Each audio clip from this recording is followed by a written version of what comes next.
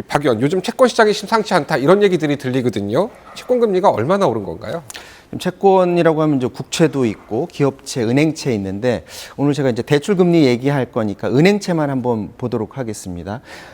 이 주택담보대출의 기준이 되는 은행채 5년물 무보증 트리플 A 등급 지금 화면에서 보고 있는데요. 가장 최근에 10월 4일 지난주에 4.818%까지 올랐습니다. 이게 과연 높냐 낮냐를 잘 모르기 때문에 이걸 전체 시계열 자료를 뽑아서 그래프를 한번 그려봤는데요.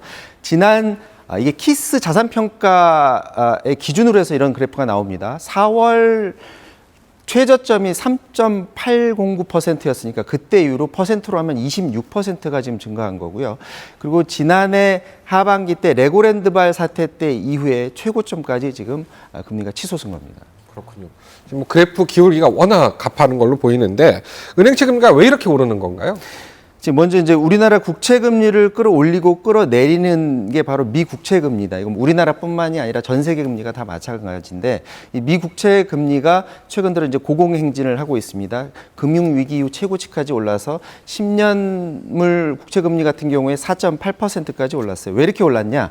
미국이 재정 적자 속에서도 미 국채를 지금 더 발행하려고 하거든요. 시장에 국채가 더 발행이 되게 물량이 늘어나게 되면 금리가 오르게 됩니다. 여기에 대해서 미 연준이 지금 같은 고금리 상을 더 오랜 기간 유지하겠다라는 그런 입장을 내놓게 되면서 시장에서 뒤늦게 이걸 굉장히 심각하게 받아들이게 된 거고요. 이 같은 미국채 금리는 우리나라 국채 금리 그리고 다른 채권 금리 상승을 이끌게 되는 거고요.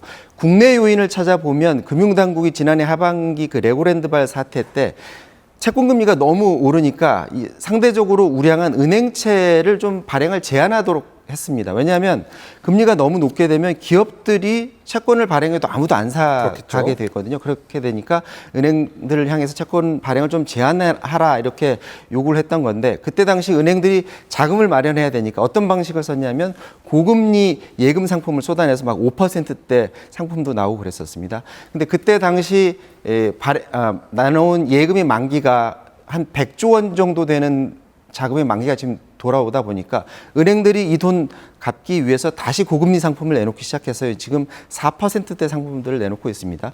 이렇다 보니까 이제 다시 그 고금리 이 상품이 계속 나오면 대출 금리에도 영향을 주게 되니까 금융당국이 야 너희들 그러지 말고 채권 제한 내가 풀어줄 테니까 고금리 상품 내놓지 말고 채권 발행하라 이렇게 다시 열어두게 된 겁니다. 이거 말고도 뭐 LCR이라고 해서 최소 의무 비율로 유동성이 강한 현금성 자산을 확보를 해야 되기 때문에 채권을 많이 발행하게 되는데 8, 9월 봤더니 순 발행 규모가 3.7조 원 그래프로 나오고 있죠. 네, 4.6조 원으로 은행들이 만기로 갚는 것 말고도 이렇게 은행채를 더 발행을 한 거고요.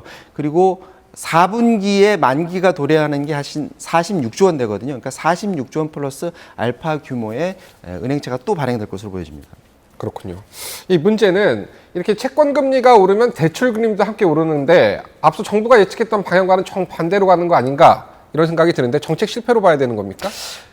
정부는 조금 더 시장에 영향을 덜 주는 쪽으로 판단을 한 것으로 보여집니다. 그러니까 어떤 판단을 한 거냐면 은행채의 발행 규모가 그렇게 크지 않아서 영향을 줘도 제한적일 것이다 이런 판단을 한 것으로 보여지는데 근데 이제 문제는 고금리 예금 상품을 내놓게 되면 이건 변동금리에 영향을 주고요. 채권이 금리가 오르게 되면 이거는 고정금리와 혼합형 금리에 영향을 주게 됩니다. 근데 대출금리의 영향이 더 클 것으로 판단을 해서 이런 결정을 내렸던 건데 문제는 앞서 설명드렸던 것처럼 5년물 은행채 금리가 오르게 되면서 이 대출금리, 혼합형 금리도 지금 덩달아 오르고 있는데 지금 상단이 6.47%까지 올랐습니다. 지금 화면에서 오른쪽 파란색이 바로 가장 최근에 혼합형 금리인데 이 상단이 8월보다 지금 올랐다라는 것을 알 수 있죠. 이게 그러네요. 그리고 또 시차를 두고 지금의 상황이 더 금리를 끌어올리는 영향을 줄 것으로 지금 예상이 되고 있습니다. 그렇군요. 뭐 올해 금리 인상 어느 정도 예견은 됐었던 부분이긴 한데 그런데도 불구하고 올해 대출을 받아서 집을 사시는 이른바 영끌족들이 다시 늘고 있다 이런 기사들이 좀 나오고 있거든요. 네, 지난해 하반기 때부터 올해 금리 인상될 게 예상이 됐고 또 가계부채가 너무 늘고 있다라는 위험 신호가 있어서 그때 위에 이 가계부채를 줄이는 노력을 했으면 상관이 없는데 사실상 정부에서 이 상황을 좀 방관했다라고 보여지는데요. 지난해는 조금 이제 가계부채를 좀 줄이는 노력을 했어요. 그런데 올해 들어서 이 부동산 가격이 너무 떨어지다 보니까 이걸 막기 위해서 대출 규제를 완화했고요. 여기에 더해서 정부가 특례 보금자리론 35조 원을 풀었거든요. 맞아요. 이게 이제 결정적인 역할을 했습니다. 이것 때문에 가계 대출이 굉장히 늘게 됐고 여기에 대해서 50년 만기 주택담보대출을 또 출시를 했거든요. 이게 대출 기간이 늘다 보니까 이 정부의 규제를 피해서 더 많은 대출을 받을 수 있어서 이때 이제 영끌족이 굉장히 많이 집을 사게 된 겁니다. 근데 뒤늦게 이제 가계부채가 너무 높다 위험 경고가 나오니까 이런 상품들을 중단하게 됐던 건데 그럼에도 불구하고 지금 대출 잔액은 더 늘고 있다는 게 문제입니다. 시중 5대 은행의 9월 가계대출 잔액을 봤더니 8월보다 1.5조 원이 더 증가했고요. 1.5조요. 1.5조 원 증가했고 이게 5개월 연속 증가한 거고요. 특히 주택담보대출 같은 경우에는 2.8조 원이 더 증가한 상황입니다. 이렇게 늘어난 가계부채는 가계 개개인들한테도 고통이지만 정부 차원에서도 굉장히 큰 고통이 될 수밖에 없는 게 지금 수출이 안 되고 있지 않습니까? 그러면 이 경제를 살리기 위해서는 소비를 끌어올려야 되는데 부채가 늘게 되면 소비를 늘릴 수가 없습니다. 그렇기 때문에 정부 정책을 굉장히 옥죄는 그런 요인으로도 작용을 하고 있는 그런 상황입니다. 그렇군요. 경제 정책이 흔들리면 어쨌든 서민들 흔들릴 수밖에 없는데 좀 잘 좀 풀어봐야 될 것 같습니다. 박 의원 오늘 잘 들었습니다. 박찬영 해설위원이었습니다. 세계 채권시장 금리의 지표가 되는 미국 10년 만기 국채금리가 4.8%를 넘었습니다.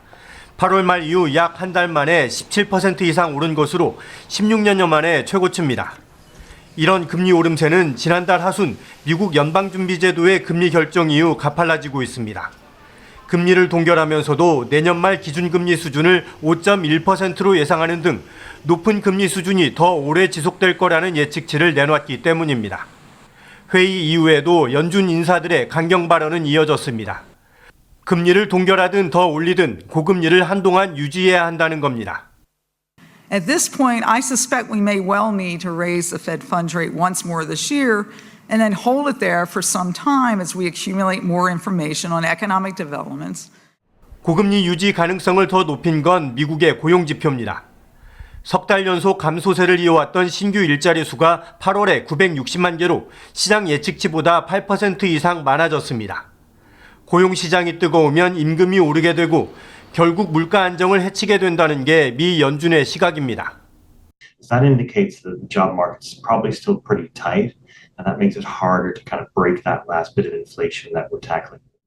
미국 국채금리가 오르면서 독일과 일본의 10년 만기 국채금리가 각각 약 10년 만에 최고치를 기록하는 등 전 세계 금융시장이 흔들리고 있습니다.